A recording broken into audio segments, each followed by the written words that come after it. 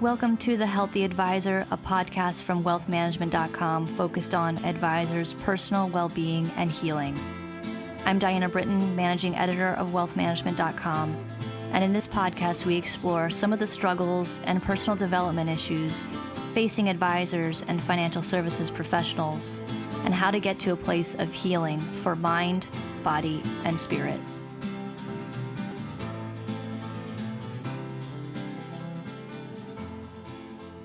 Hello and welcome to the latest episode of the Healthy Advisor podcast, and thanks for joining us.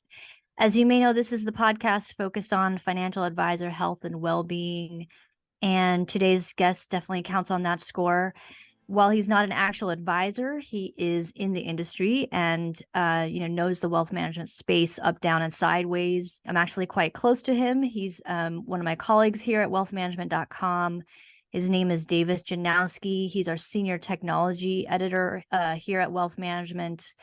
He was once referred to as a minor celebrity by industry publication RA Biz when he left Investment News in 2013 to join robo-startup Wealthfront. Celebrity status aside, Davis has spent over 20 years covering technology, starting with PC Magazine in 1999 and then later at Investment News, of course. He also spent 2 years as a senior analyst covering digital wealth management for Forrester Research. Davis, thank you so much for being on the podcast. I'm really excited about this one. Thanks for inviting me, Diana. I'm kind of looking forward to it. Well, a lot of the folks in this industry know Davis well. You might have seen pictures of him on Twitter or Instagram, on the Hudson River, leading kayak tours of New York City, or stand-up paddleboarding with his dog Pepper, right? Yep. Pepper, yeah. Many of you, may know a little bit about Davis's story, his history. He grew up in the deep South, in the Panhandle of Florida, in Tallahassee, and that's how he developed his passion for the outdoors and being on the water. Sometimes you might hear a Southern drawl slip out here, but fewer folks know Davis's full story and his battle with depression, and he's going to open up about that today, perhaps for the first time. Davis? Yeah, other than family and friends, people I've known over the years who I've seen struggling and wanted to share some of my story to help them or help with family members. Yeah, it's the first time I've ever talked publicly about it, for sure. Yeah, and so we really appreciate this. I think it's going to be great. Tell us about, take us back to when you first sort of learned that you had depression, or sort of thought that there was some kind of mental illness going on. Well, as a kid, I felt, on and off. I didn't know it was depression at the time, but looking back after everything I've sort of been through in the years, I know there was times when I was probably depressed, but first time I really, even the word depression never came up between me and like a mental health professional was when I was 24. I knew something was wrong, but I lacked any knowledge or really any understanding of depression or the science behind mental illness.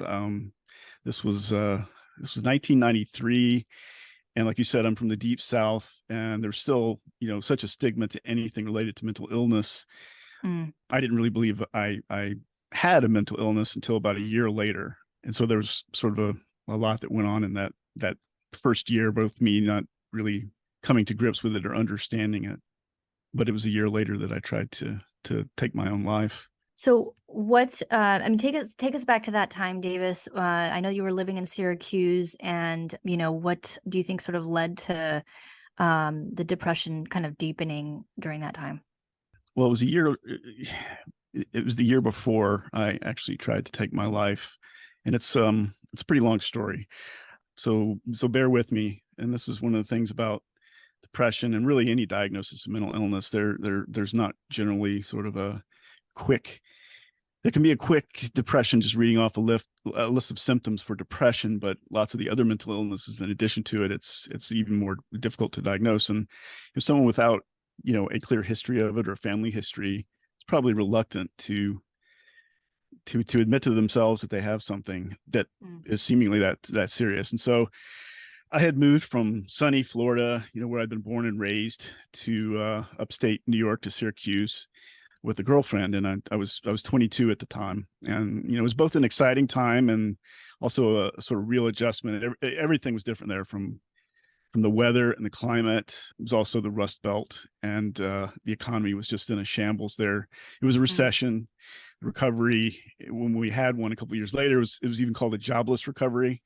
A lot of people in our business would do well to study that recession and the phenomenon behind it. But anyway, I worked a mix of a few different miserable part-time jobs over the next 2 years after I moved down there, and got accepted to. I thought I knew Syracuse had a great journalism program, and I ended up applying to and being accepted there. And my plan was really just to do it all. I tried to hold down a couple of part-time jobs while I was taking a full course load there. I didn't want to take out any loans, and one of the jobs was a professional position at a university hospital, a research center there, and it paid pretty well and had some benefits, and I didn't want to give it up. And it was also mostly night and weekend shifts, which, contemplating going back to grad school, it seemed like a great thing at the time, but it was also a fairly high stress job. Growing up, I had never had any major illnesses, period. I'd broken a couple of bones over the years, but that was it. And being from the deep South, we really shied away from discussions of mental illness. And it was not until after my suicide attempt that I had ever, heard of my great grandmother and her extreme melancholia. She had these bouts of deep depression, and they had literally kept her kind of shut inside and locked up for months at a time. This was back in the early 1900s, but as a kid, no one had ever talked about these things. And so anyway, I had my first bout of depression in November of 1993, and during the first year of grad school. I know now, many years later, that for me, depression, it seemed to be triggered by like severe mental stress and things that go along with it, like a lack of sleep, probably a lack of sunlight up there. There's a lot when winter descends. It's very, very different from sunny Florida. Yeah. And as I was working and both working and taking a full course load at grad school, I didn't get enough exercise and I wasn't eating right. And then really, I also just developed sort of a lack of an appetite at all.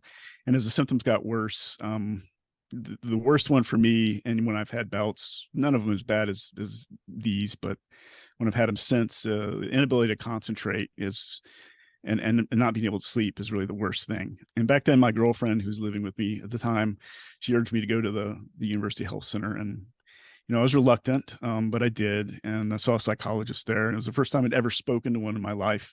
And I was terrified, and I was scared about being judged. It did help temporarily, but it kept getting worse after I left, because nothing had really been resolved, and I didn't get started on meds or anything. So anyway, I had studied for a few more days. I had this major exam coming up called Law of the Press, and it was an essay exam, and I'd been studying for weeks, and I knew I was prepared, but I got into the class and sat down to take the test, and I just drew an absolute blank. I hadn't been getting any sleep, and I was just completely flummoxed, and nothing like that had ever happened to me before. I really sheepishly went up to my professor after sitting there at my desk for an entire hour and a half trying to think of stuff, and told her I drew a blank. I tried to explain it to her, but she was very understanding, and she said, we'll come back Friday, I'll give you a makeup exam. And that gave me some temporary relief. But that very same night, I was supposed to leave and take a friend of mine, a fellow student in the journalism program. She had no car. We had worked on this for months, lining up interviews with a couple of editors-in-chief at Backpacker and for me, and Runner's World for her. And, I thought, gosh, I should cancel these, but man, it took us all this time to get these set up. She didn't have a car. I would put her behind. I felt terrible. So I drove us there, a couple hours away, and I had set up staying with some relatives. I got lost along the way. I got her to her hotel. I got to my relatives at midnight, and these are some great aunts and uncles who are really old. Anyway, another sleepless night. And I go in and interview this professor, and I thought it went terrible. Ended up okay. I was able to kind of complete my work months later from just what I did, but it was terrible.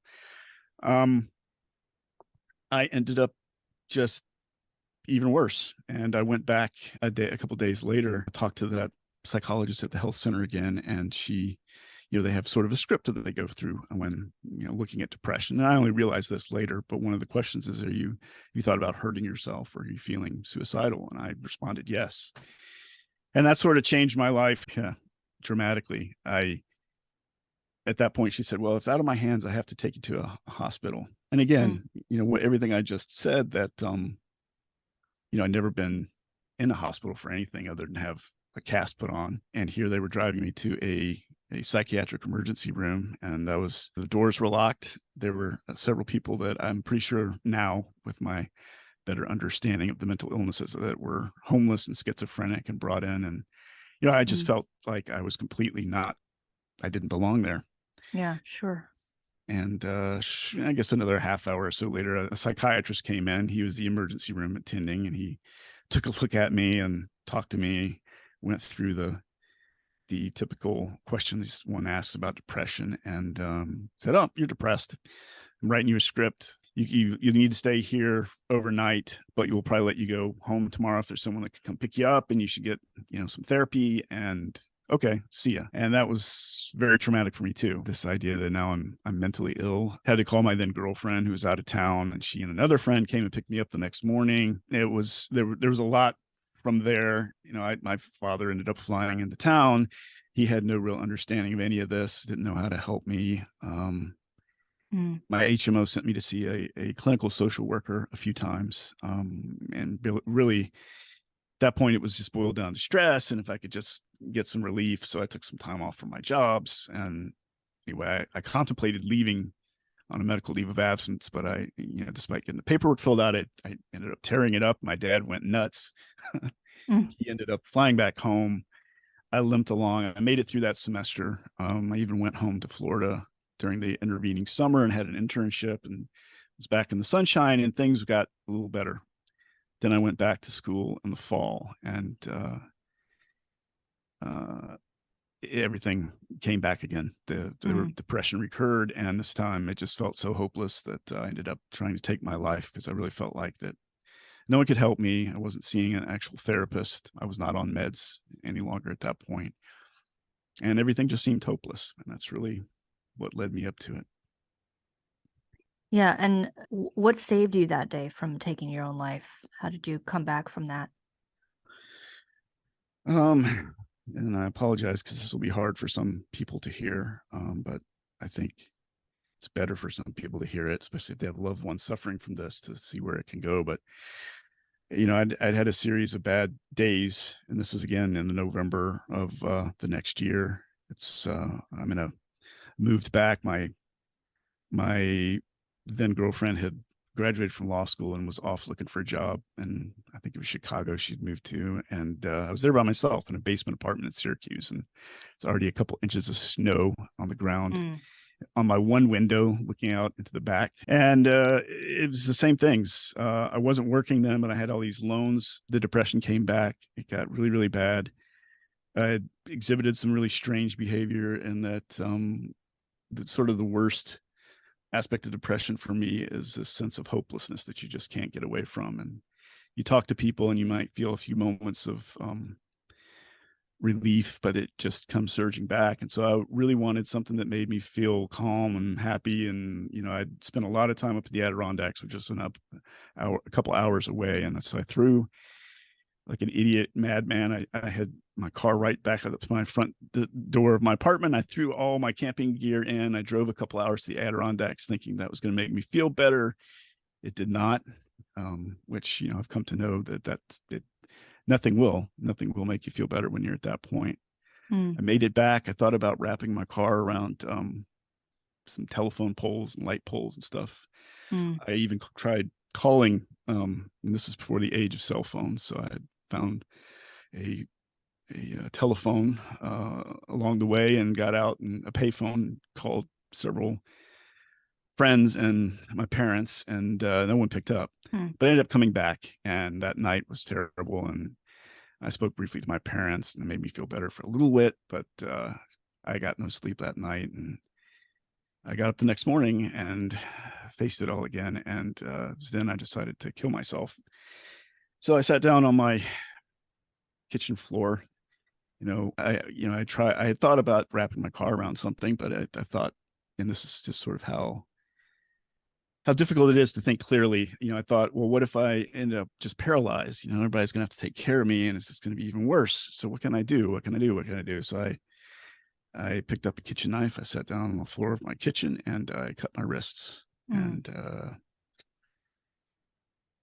but part of what saved me that day was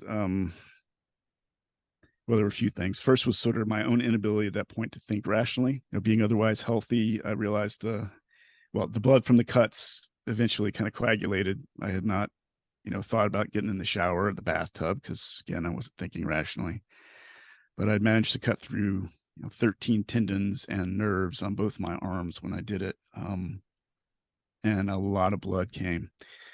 But about the same time, the phone rang, and it was one of my friend that I'd called the day before returning my call. And at this point, it had been several minutes, and I hadn't lost consciousness. And I'm thinking, my God, I can't even kill myself, right? What the hell is wrong with me? And I was panicked. I picked up the phone, and it was him, and I was crying, and he realized that something was bad was going on, and he called. I reluctantly told him what I'd done. He called 911, and I was admitted to the hospital. The EMTs came, he came, and I got sent to the hospital. And so that's really what saved my life that day. Well, we're so glad that you're here, Davis, and that you got through that. Thank you. And that you did get the help that you needed eventually. I want to throw out some statistics about depression in the U.S. and I know that it was sort of amplified during the pandemic. The Kaiser Family Foundation reported in February 2021 that almost 40% of U.S. adults had symptoms of anxiety or depression during the pandemic, a nearly fourfold increase in the percentage of adults who experienced these issues between January and June 2019. And just some data from the Depression and Bipolar Support Alliance. Depression is the cause of over 2/3 of the 30,000 reported suicides in the US each year. Major depressive disorder affects approximately 17.3 million American adults, or about 7.1% of the US population ages 18 and older in any given year. And just some things that are, a little bit more specific to the financial services industry. Dr. Alden Cass, he's a Manhattan-based clinical psychologist and performance coach. He specializes in treating financial advisors. He has statistics about how stressful this job is, being a financial advisor specifically, and how advisors are more prone to addiction, depression, obesity, and other things than folks in other professions.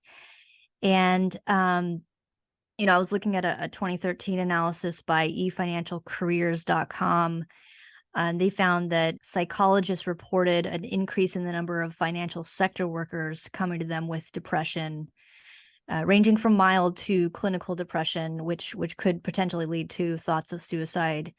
And I know, Davis, yours was more severe than others, but can you tell us a little bit about, just jumping ahead a little bit, I know that the depression kind of came back strong again when you started working in investment news, and then, you had a hospital stay that sort of helped you get more of the help that you needed and get therapy. And I know your now wife, Winnie, really helped you through that time.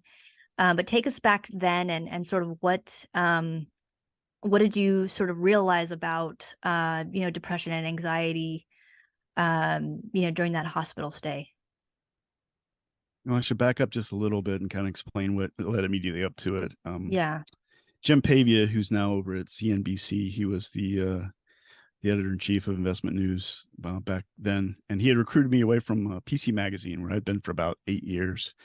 And he had this he had vision to realize that just about everything in this newfangled RIA industry, revolved around technology. And so he had started looking for someone to be a full-time tech reporter. And I think I was really the first industry full-time tech reporter. There were other people that were covering technology, but they weren't journalists.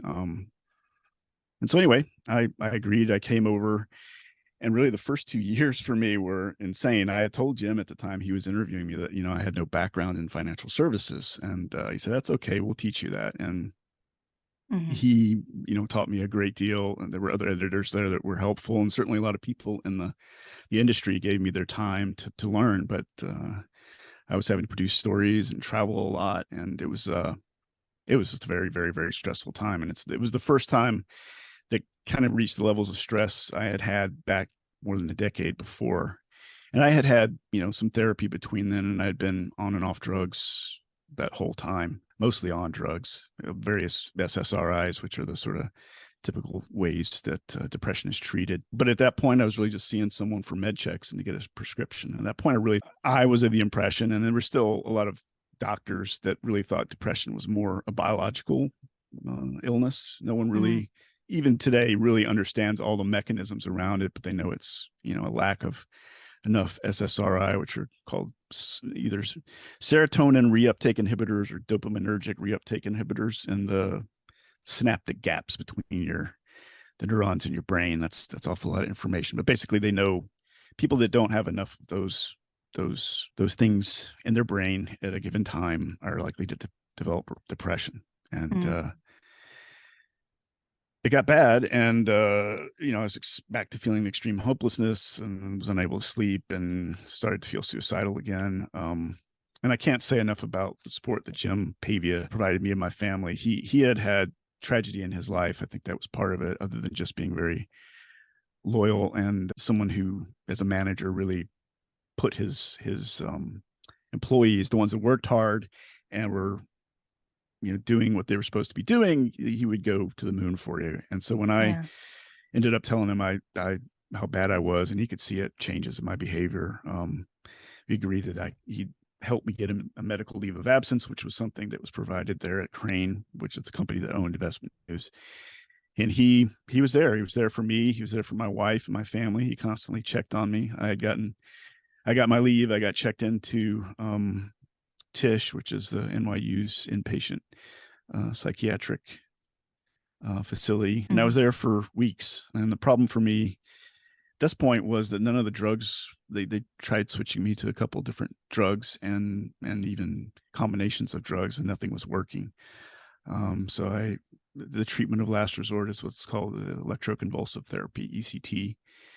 And again, they don't really fully understand the mechanisms going on when they provide it, but they know most people that aren't responding to medications anymore will have some positive result with it. And so I started going through that and eventually got started to improve. And they let me out. I ended up continuing ECT as an outpatient in another hospital, and gradually got back to being myself. Went back to Investment News full time, and actually things got a lot better. And Jim was there for me. I ended up being quite successful, and it was during that period from, I guess that was around 2010 until I left in 2013 that I got to be pretty well known in the industry and earned Mhm. that quote minor celebrity status.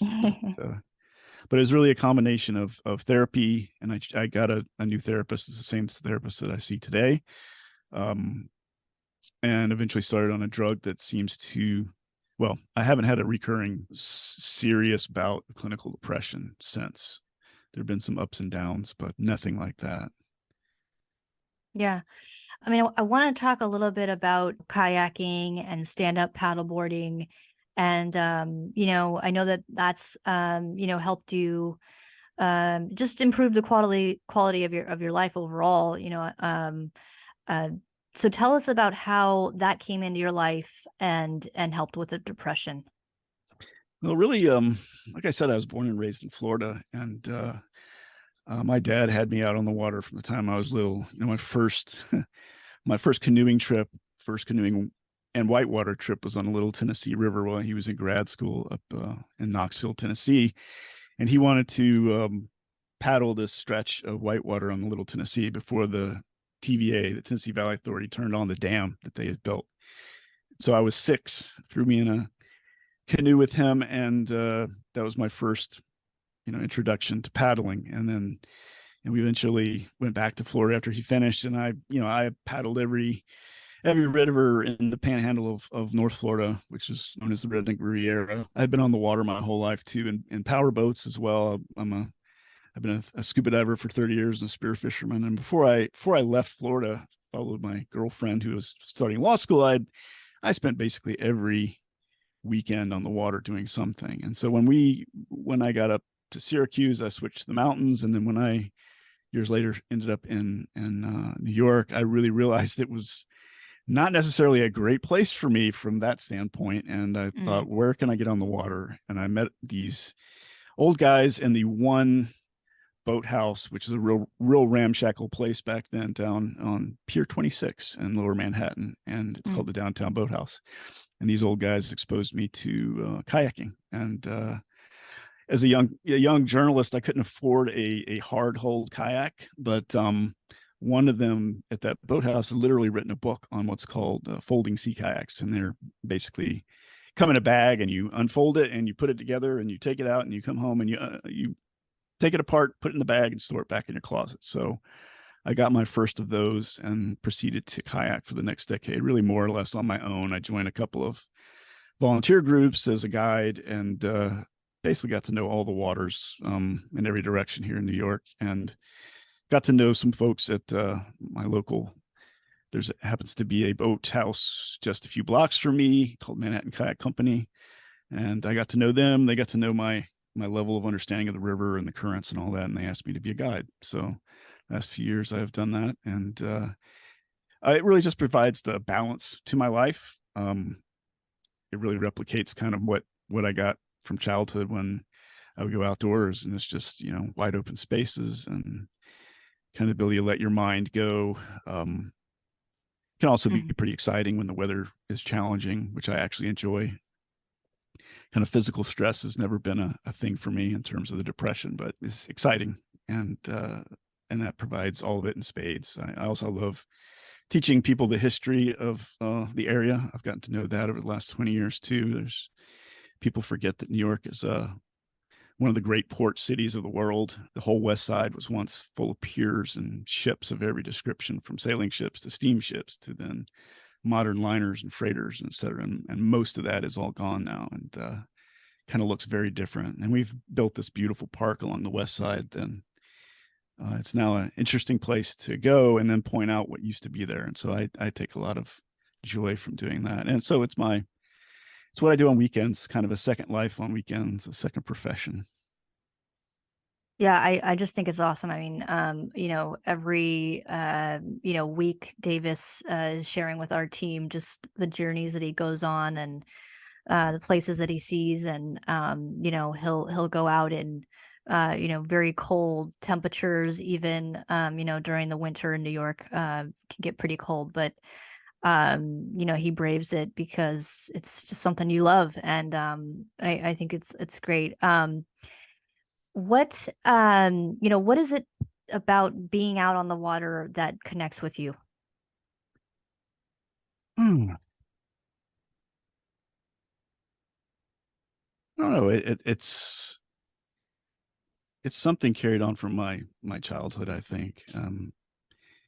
It could go from being very peaceful to kind of crazy, but when it's peaceful, there's nothing like it on land, especially in New York. It was a real culture shock for me to come from a mid-sized town where everyone drove cars in Florida to eventually live in New York, where most everyone, at least in Manhattan, ends up selling their car and taking the subway. And we live in Hell's Kitchen, just off Times Square, and we have lived here for 20 years. It was a great spot for my wife, who's also a reporter and needed to be able to get around quickly because we're right near the Times Square station, but we're also near Times Square. And it got to where on weekends I would tell her, if we're going somewhere, do not plan on me going through Times Square. I can't stand it. It's just, for those that don't really know, Times Square pre-pandemic, and it's almost gotten back to the way it was. It's just cheek by jowl, elbow to elbow people, and it's tough for me. I'm not claustrophobic, but I almost feel claustrophobic sometimes when I'm there in other parts of crowded Manhattan. So it's the water's the opposite of that. It also gets me exposed to nature. One of my I do love to go south to the lower harbor, but I also love to go north and just a few miles. It's 7 miles to the GW Bridge, and over on the Jersey side, are the Palisades, the New Jersey Palisades, and there's big, beautiful cliffs for those that haven't seen them, and forest down to the water. And so you go from this extreme urban crowded to a place where I can hear the crickets and the frogs and the birds, see the change of season and the trees, see ospreys, see bald eagles, all within a few miles of New York. So it's that. And then we've seen wildlife the last few years. The water quality's gotten a lot better. I'm also a volunteer with the Billion Oyster Project, which is helping to improve the water quality. And so things have come back. We've had whales come up into the Hudson, right here off of where we live, seals and dolphins. And even 10 years ago, I was off the Battery in one of my kayaks, and it scared the heck out of me at the time. But I got to see a sturgeon, a 6-foot sturgeon had breached, which they often do. They don't really know why. Wow. But it came out of the water a few feet from my kayak. And this is right off the Battery, right off Manhattan. Huge fish. And that's probably the biggest wildlife I've seen, but it's always stuck in my mind. So it's the wilderness right here at our doorstep. And so for me, it's been a lifesaver and a balance to the daily routine. And it's extreme. I know some people are fine with just going for a jog after work, but for me, it's a necessary to get away. Yeah. Well, if you ever meet Davis out there, ask him about his kayaking, stand-up paddleboarding adventures. He loves to talk about it. But I'm afraid we're just about out of time. But I'd like to thank my guest, Davis Janowski, for being on the podcast and opening up here about his struggles with mental illness. And Davis, I've learned so much about you today. It's been great. Well, thanks for having me on. I'm glad to share. I guess I would close with, part of why I wanted to do it was, it was very sad to me that a couple of my daughter, who's 17 now, a couple of her classmates, one that she had gone to school with from elementary school, over the last year, committed suicide. And there's nothing sadder to me than that. And it's preventable. And all it takes is some understanding, being able to ask why.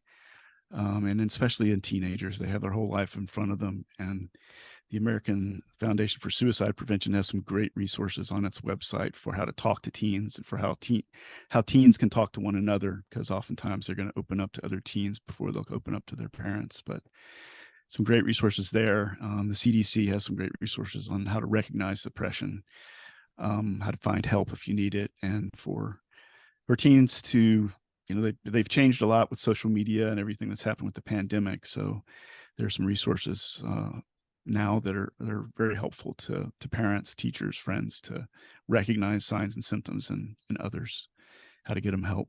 And it's mainly, if there's nothing else you can do, if you hear someone that you care about and it sounds like they're depressed, just listen to them. Just listen. That's the main thing. That's great advice, and thank you for that, Davis. We'll put many of these resources in the show notes, so you can turn to them yourself if you need to. If you'd like to reach out to Davis, you can reach out to him via email at davis.c.janowski.us, the number 1 at informa.com. We'll put this in the show notes as well. And, look him up on Twitter, and, you can see some of those pictures of him out on the Hudson. If you have a struggle yourself, if you wish to share your experiences and help others in similar situations, please feel free to reach out to me at diana.britton@informa.com. I'd like to thank you for listening to The Healthy Advisor.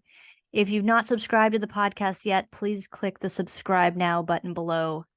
This is Diana Britton reminding you that where there's healing, there is hope. We'll see you next time.